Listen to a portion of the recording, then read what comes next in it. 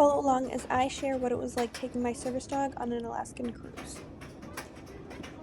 For the most part, everything was super fun on the entire cruise, but there were some ups and downs, and one really big down was getting off the ship.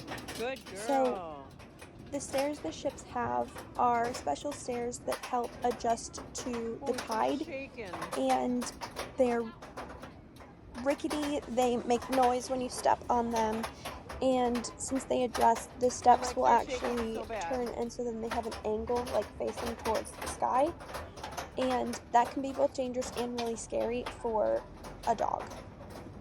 So this first video is her getting off in Ketchikan, which was our first port, and she didn't really want to do it. She did do it. That day the steps were more like steps versus a ramp with weird stairs.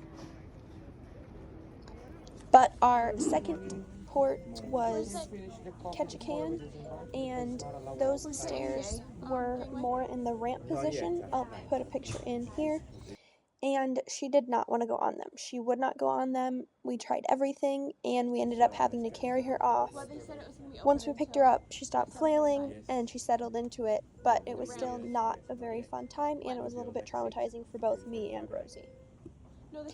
I really wanted to avoid carrying her on our last port, which was Skagway, and on that day, they had put out a notice the night before, made an announcement, and had put a little pamphlet on our bed about the fact that the ADA ramp would be open early in the morning, and then it would be closed, and then it would be reopened at 9.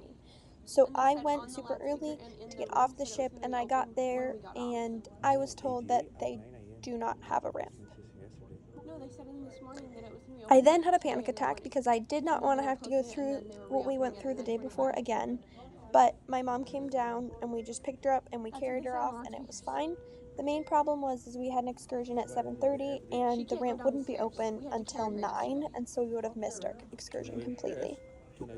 So, any other teams that are planning on going on a cruise, make sure you are mindful of this, possibly even prepare your dog for it, or be prepared to have to carry your dog off the ship.